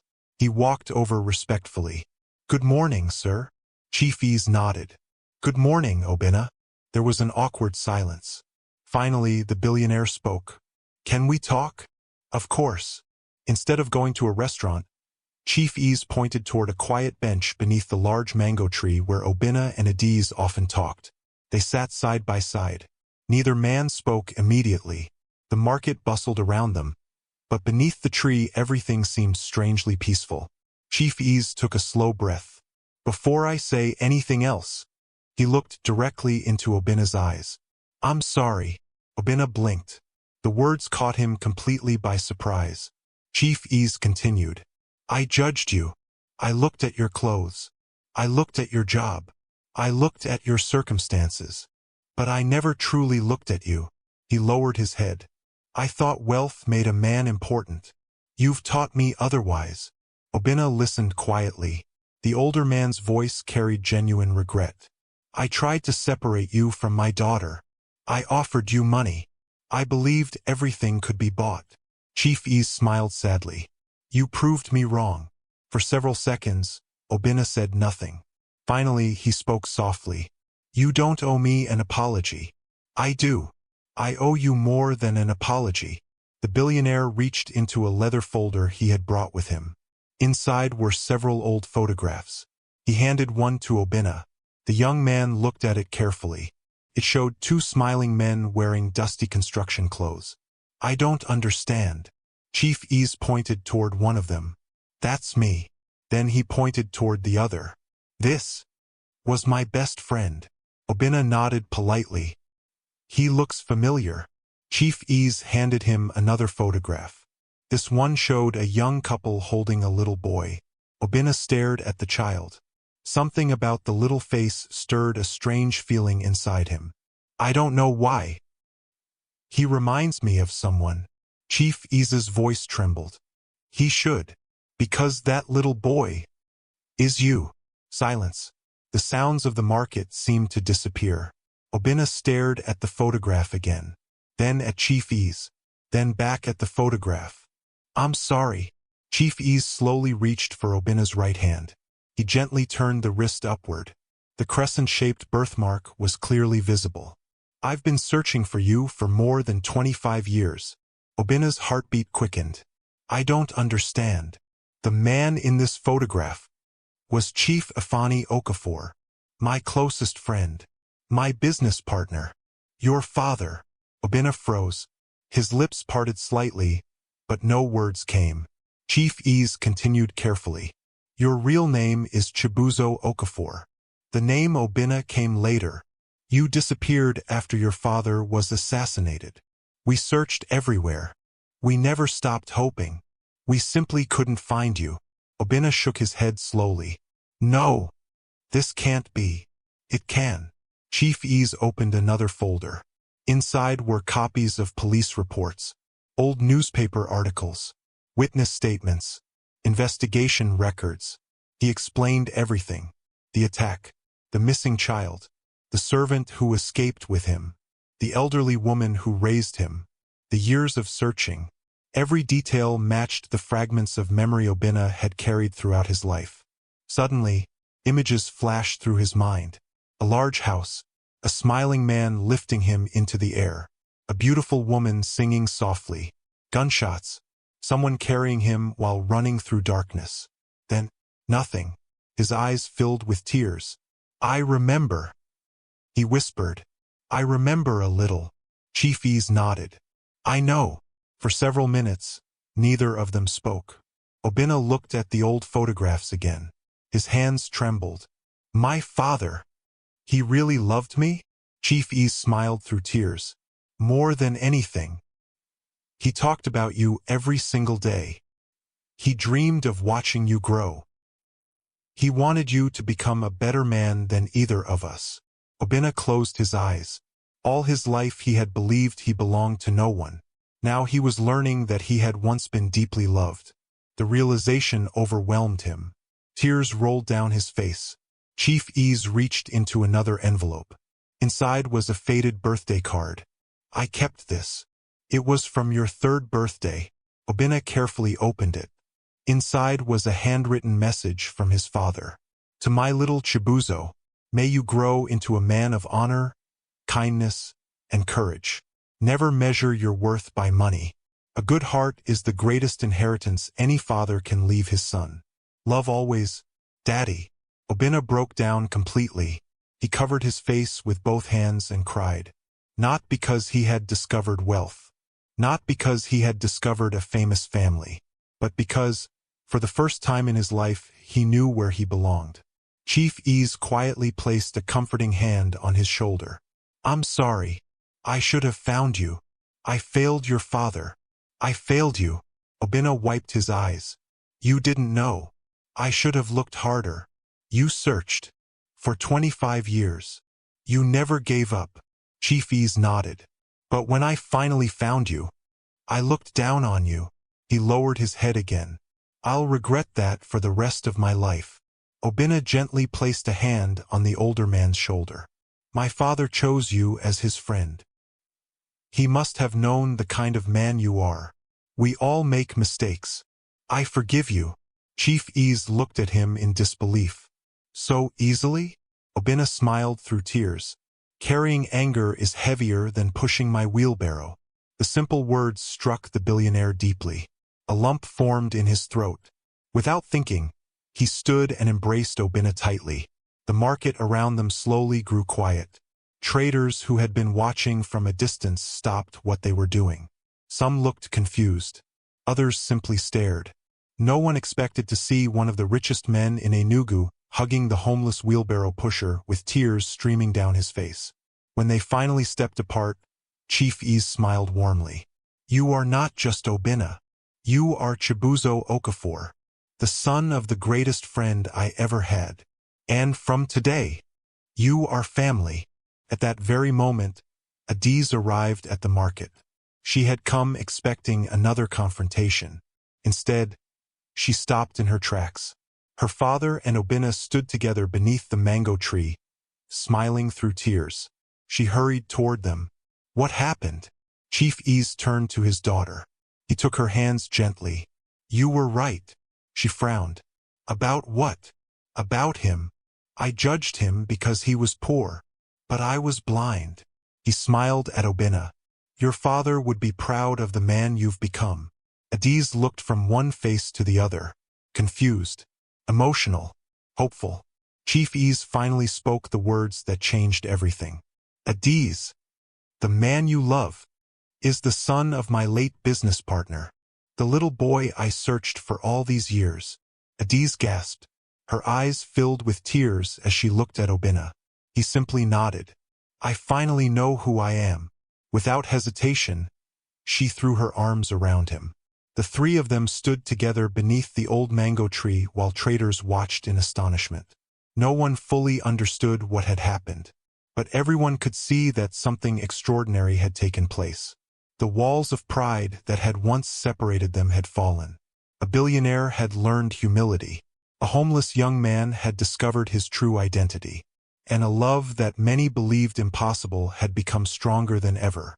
Yet unknown to them all, one person was not celebrating. Somewhere across the city, Emeka Nwosu, the governor's arrogant son, was about to learn that the woman he considered already promised to him had slipped beyond his reach, and his wounded pride would soon make him more dangerous than ever before. News traveled through Enugu faster than anyone expected. By the following morning, almost every corner of the city was buzzing with the same unbelievable story. The billionaire's daughter is still with the wheelbarrow pusher. No, he's not just a wheelbarrow pusher. They say he's actually the missing son of Chief Ifeanyi Okafor. Are you serious? That's what everyone is saying. From roadside food stalls to expensive business lounges, people discussed Obinna's story with amazement. Some believed it immediately. Others dismissed it as another rumor that would disappear after a few days. But inside Ease Holdings, there was no room for rumors. Chief Chukwuemeka Ease had spent the entire night reviewing every report from the investigators. Every witness statement, every photograph, every police record, and every testimony pointed to the same truth. Obinna was indeed Chibuzo Okafor, the only son of his late business partner. That morning, Chief Ease called an emergency meeting with the company's senior executives. The spacious boardroom overlooked the city through floor-to-ceiling windows. Directors, lawyers, accountants, and long-serving managers quietly took their seats, wondering why such an urgent meeting had been called. When Chief Ease entered, everyone rose respectfully. He remained standing at the head of the table. I've called you here because there is something important you all need to know. The room became silent. Many of the older executives had worked with him since the early days of the company. They remembered his late business partner, Chief Ifeanyi Okafor, whose tragic death had nearly destroyed the company decades earlier. Chief Ease placed an old framed photograph on the conference table. It showed him and Ifeanyi wearing dusty construction boots beside their very first completed project. Several executives smiled sadly. I remember that day, one elderly manager whispered. Chief Ease nodded. So do I. He took a deep breath. For more than 25 years, we believed Ifeanyi's son disappeared forever. He paused. He didn't. A murmur spread across the room. We've found him. The executives stared in disbelief. Chief Ease continued. His name today is Obinna Okafor. He has spent most of his life believing he had no family. He has been working as a wheelbarrow pusher in Ogbit Market. Silence filled the boardroom. One executive slowly removed his glasses. Good heavens! Another whispered, so he survived. Chief Ease nodded. He survived. And despite growing up with nothing, he became the kind of man his father would have been proud of. He then surprised everyone. I want every legal process started immediately. Our lawyers will restore everything that legally belongs to Ifeanyi's family. No one argued. Every person in that room knew the late Ifeanyi had helped build the company from the beginning. Justice had simply taken many years to arrive. Meanwhile, life at Ogbit Market remained almost unchanged. Obinna still arrived before sunrise. He still greeted the traders with his familiar smile. He still pushed his old wheelbarrow from shop to shop. Several market women surrounded him that morning. My son, you don't have to work anymore. You're a rich man's son now. Another trader laughed. You'll forget all of us. Obina smiled warmly. How can I forget the people who fed me when I had nothing? One elderly woman held his hand. You deserve every blessing coming your way. He bowed respectfully. Thank you, Mama. He meant every word. Although he had discovered the truth about his family, he refused to let it change who he was. As far as he was concerned, the market had shaped him. The traders had become his family long before he knew his real one. He would never abandon them. Across town, however, someone was far from happy. Inside the luxurious Nwosu family mansion, Emeka Nwosu paced angrily around the sitting room while his father, Governor Nwosu, watched quietly. So that's it, Emeka snapped. They suddenly accept him because he has a famous father? Governor Nwosu folded the morning newspaper. Calm yourself. I'm tired of being calm. He was sleeping on the streets. He pushed wheelbarrows. And now everyone is celebrating him? His father sighed. Life changes. This isn't about life. It's about humiliation. What humiliation? They rejected me. They chose him. Governor Nwosu looked at his son carefully. Did Adiz ever agree to marry you? Emeka hesitated. No. Then no one rejected you. Emeka clenched his fists. I won't lose to him. His father frowned. This isn't a competition. It is now.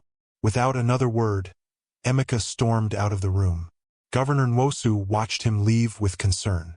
He knew his son's greatest weakness, pride, and wounded pride often led to foolish decisions. That afternoon, Adiz arrived at Ogbit Market carrying lunch for Obina. She found him helping an elderly man repair a broken wooden cart. She smiled. You promised we'd eat together. Obina laughed. I know. I just wanted to finish helping Baba first. The old man looked at Adiz. My daughter. You've chosen well. She smiled politely. I know. When they finally sat beneath the mango tree, Adiz opened the food containers. Rice, grilled chicken, fresh fruit. Obina looked embarrassed. You keep bringing me food. I know. You'll spoil me. She laughed. You deserve to be spoiled once in a while. As they ate, she studied him carefully. You've changed. Obina looked surprised. In a bad way? No. You seem quieter. He looked toward the busy market.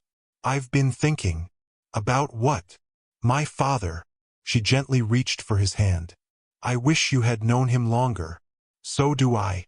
He smiled sadly. But I also realized something. What? I don't want wealth to erase the lessons poverty taught me.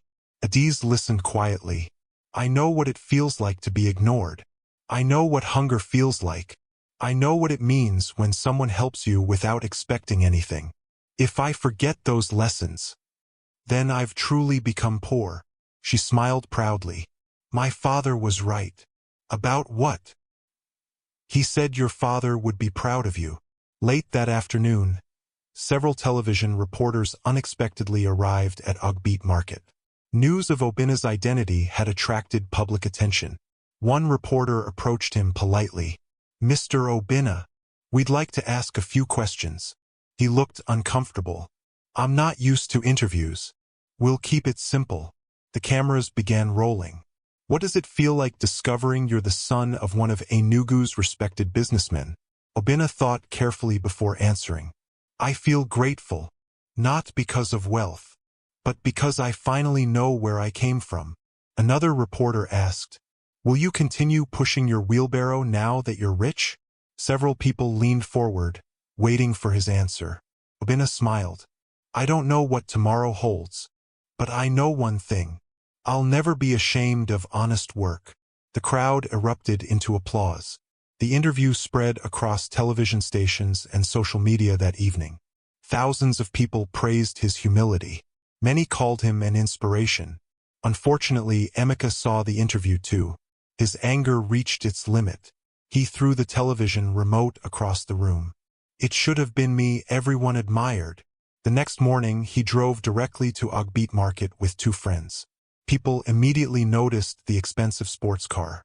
Emeka stepped out wearing designer clothes and dark sunglasses. He walked confidently through the market until he found Obina helping unload bags of beans. So, Emeka said loudly, the famous Wheelbarrow King. The surrounding traders grew silent. Obinna stood calmly. Good morning. Emeka laughed mockingly. You still greet people? I thought rich men forgot manners. Obinna smiled politely. My parents raised me differently. The remark made several traders chuckle. Emeka's face hardened. You think you're special because they found your father?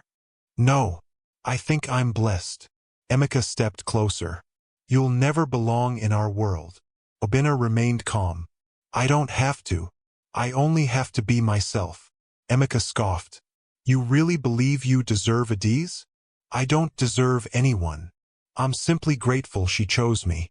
The simple answer irritated Emeka even more. He grabbed one of the wheelbarrow handles. So this is where your greatness began? Before anyone realized what he intended, he shoved the wheelbarrow violently, crashed onto its side. The loose tire rolled away. Several traders gasped. The old wheelbarrow, the one that had fed Obinna for years, lay broken in the dirt. Silence filled the market. Everyone looked toward Obinna. Would he fight? Would he shout? Instead, Obinna slowly walked over. He lifted the damaged wheelbarrow upright, picked up the loose tire, brushed away the dust, then looked at Emeka calmly. Thank you. Emeka blinked. For what? For reminding me where I came from. The governor's son stared in confusion. Obinna continued. This wheelbarrow carried more than bags. It carried hope. It fed me. It taught me dignity. I'm not ashamed of it. The traders burst into applause. Some wiped tears from their eyes. Even people who had never spoken to Obinna before clapped proudly. Emeka looked around. Instead of humiliating Obinna, he had humiliated himself. His face turned red. Without another word, he stormed back toward his car. Several journalists who had happened to be nearby captured the entire confrontation on camera.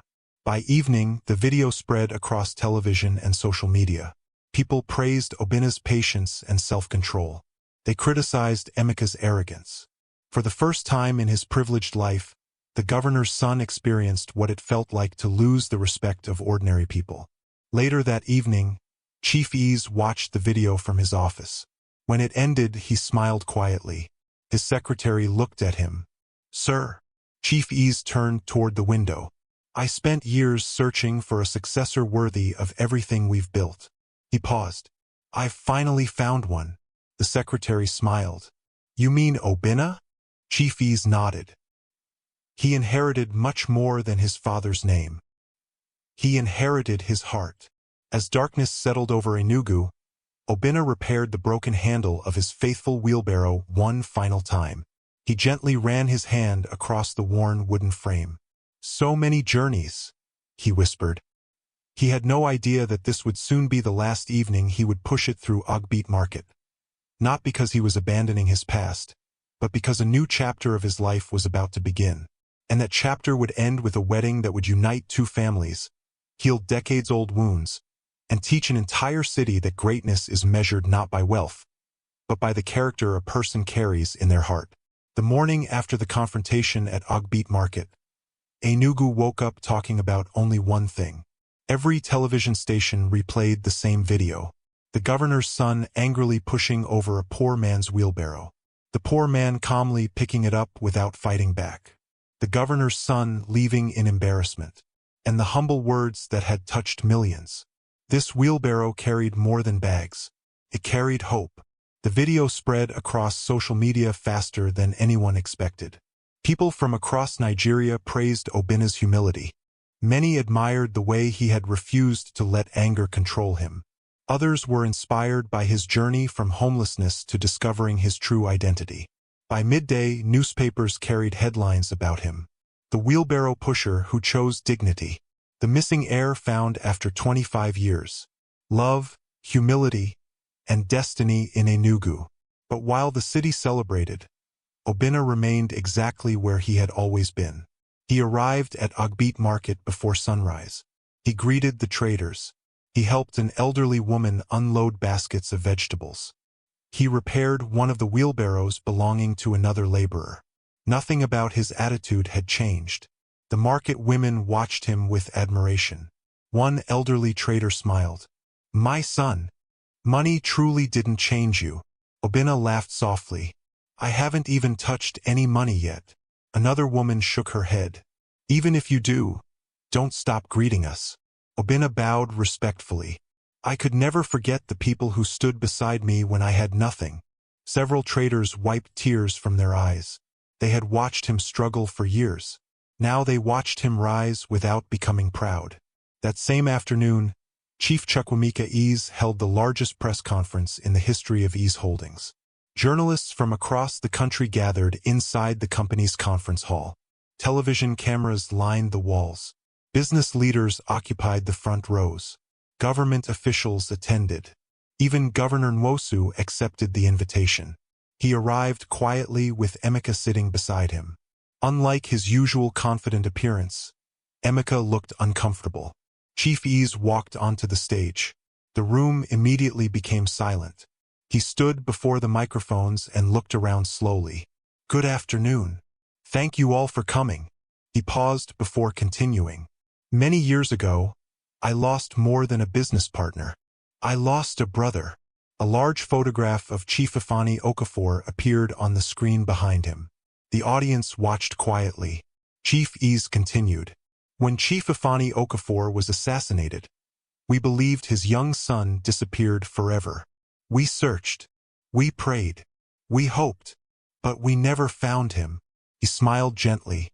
"Until now." The hall became completely silent. Chief Ease extended his hand toward the side of the stage. "I would like everyone to welcome Chibuzo Ifeanyi Okafor." Obina slowly walked onto the stage. He wore a simple navy blue suit that Chief Ease had asked a tailor to make for him. Although the suit fit perfectly, his humble smile remained unchanged. The audience immediately stood. Many applauded. Some elderly businessmen wiped away tears. Several former employees who had known Chief Ifeanyi stared in amazement. Chief Ease placed a hand on Obina's shoulder. "This young man grew up believing he had no family. He worked honestly. He survived with dignity. I met him, and instead of seeing his character, I judged his poverty." Chief Ease lowered his head before the entire audience. "I publicly apologize to Obina, to my late friend, and to everyone I have ever looked down upon because of their circumstances." The room remained silent. The apology was sincere. It was not the carefully rehearsed speech of a businessman protecting his reputation. It came from a humbled heart. Chief Ease turned toward Obina. "My friend trusted me with his dreams. I failed him. But today, I ask for forgiveness." Without hesitation, Obina stepped forward and embraced him. The hall erupted into applause. Television cameras captured the emotional moment. Across Nigeria, millions watched as one of the country's wealthiest businessmen admitted his mistake before the entire nation. After the conference ended, Chief Ease invited all the market traders from Ogbit Market to a special celebration at the Ease family estate. Many had never entered such a magnificent property before. The servants welcomed them warmly. No one was treated differently. The same women who sold tomatoes and peppers sat beside company directors and wealthy guests. Chief Ease insisted that everyone be served equally. When dinner was over, he stood once again. "There are people I especially want to thank." He looked toward the traders. "When Obina had no family, you became his family. When he was hungry, you shared your food. When he was discouraged, you encouraged him. I owe all of you a debt I can never repay." The elderly woman who often gave Obina extra food began crying. "We only did what any mother would do." Chief Ease smiled warmly. "And because of that, none of you will ever be forgotten." He announced that he was establishing a market support program that would provide interest-free loans to struggling traders, improve market facilities, and create scholarships for the children of laborers and small business owners. The traders broke into joyful songs. Women danced. Men clapped. Some praised God openly. They knew this blessing had come because one young man had refused to lose his character. A week later, Obina returned to the abandoned veranda where he had slept for years. He carried a small bag. Inside were fresh blankets, food, and some money. Another homeless young man sat quietly in the corner. Obinna smiled. "I used to sleep here too." The young man looked surprised. "I know. I've seen you before." Obinna handed him the bag. "This is for you." The young man stared at him. "I can't pay you." "You don't have to." "Why are you helping me?" Obinna looked toward the busy street. "Because someone once helped me. And because everyone deserves hope." As he walked away, he paused one last time. He looked at the old veranda where so many lonely nights had passed. Instead of sadness, he felt gratitude. Those difficult years had shaped the man he had become. Preparations for the wedding soon began. The announcement spread excitement across Enugu. People from every background wanted to witness the marriage. The billionaire's daughter, the former wheelbarrow pusher. The story had become a symbol of hope. On the wedding morning, the church overflowed with guests. Beautiful white flowers decorated every aisle. A choir sang joyfully. Outside, hundreds of market traders gathered even though many could not fit inside. They simply wanted to celebrate the young man they considered one of their own. Inside the groom's room, Chinedu adjusted Obinna's suit. "You clean up well." Obinna laughed. "I still feel like I'm borrowing someone else's clothes." Chinedu smiled. "You deserve every bit of this." Obinna looked thoughtful. "I only hope I remain the same man after today." "You will. I know you." Across the church, Adiz stood with tears in her eyes as her bridesmaids adjusted her elegant white gown. Her closest friend smiled. "You've never looked happier." Adiz nodded. "I've waited for this day." She thought back to the muddy road where her SUV had become stuck months earlier. If Obinna had walked away that day, none of this would have happened. Sometimes destiny truly hid inside ordinary moments. The church doors opened. The music began. Guests rose to their feet. Chief Ease gently took his daughter's arm. As they walked slowly down the aisle, he leaned toward her. "I almost destroyed your happiness." Adiz smiled through tears. "But you found your way back." "So did I."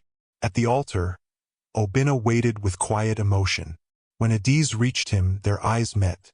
Nothing else seemed to exist. The pastor smiled warmly. "We are gathered here today not merely to witness a marriage, but to celebrate grace, forgiveness, humility, and love." The ceremony was beautiful. When it came time to exchange vows, Obinna spoke first. "I cannot promise you a life without challenges, but I promise you a heart that will always choose you. I loved you when I owned only a wheelbarrow. I'll love you just the same with everything God has given us." Adiz smiled through happy tears. "My greatest treasure was never your family name. It was always your heart. I choose you today, and every day after this." They exchanged rings. The pastor raised his hands. "I now pronounce you husband and wife. You may kiss your bride." Thunderous applause filled the church. Outside, market women danced with baskets balanced on their heads. Drummers filled the air with joyful rhythms. Children laughed as flower petals floated through the breeze. It was a celebration unlike any Enugu had ever seen. Months passed. Obinna and Adiz chose not to live lives of luxury alone.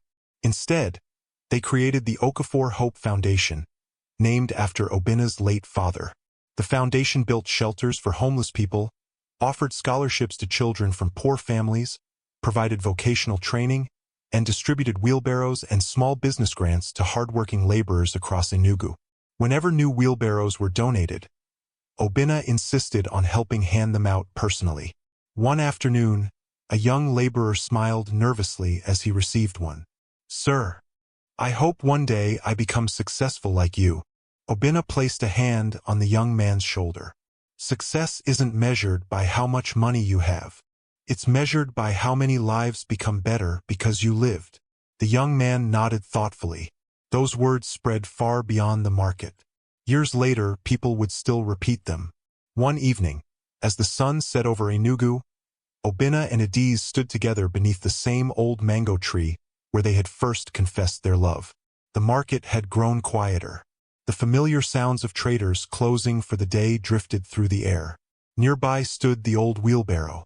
Chief Ease had offered to replace it with a brand new one many times. Obinna always refused. Instead, he had cleaned it, repaired it, and placed it on display inside the foundation's office. Not as a reminder of poverty, but as a reminder of purpose. He smiled at it. People think this wheelbarrow carried bags. Adiz slipped her hand into his. What did it really carry? Obinna looked toward the horizon. It carried me to the life I was meant to live. The evening breeze rustled the leaves above them. In that quiet moment, they understood something that many spend their entire lives searching for. Wealth can build houses. Power can open doors. Fame can attract attention. But only humility, kindness, forgiveness, and genuine love can build a life worth remembering. And so the story of the homeless wheelbarrow pusher who won the heart of a billionaire's daughter became more than a love story. It became a lesson passed from one generation to another across Enugu. A reminder that a person's true value is never found in the clothes they wear, the money they possess, or the title they carry. It is found in the goodness of their heart. Thanks for watching. If you enjoy the story, please subscribe to this channel.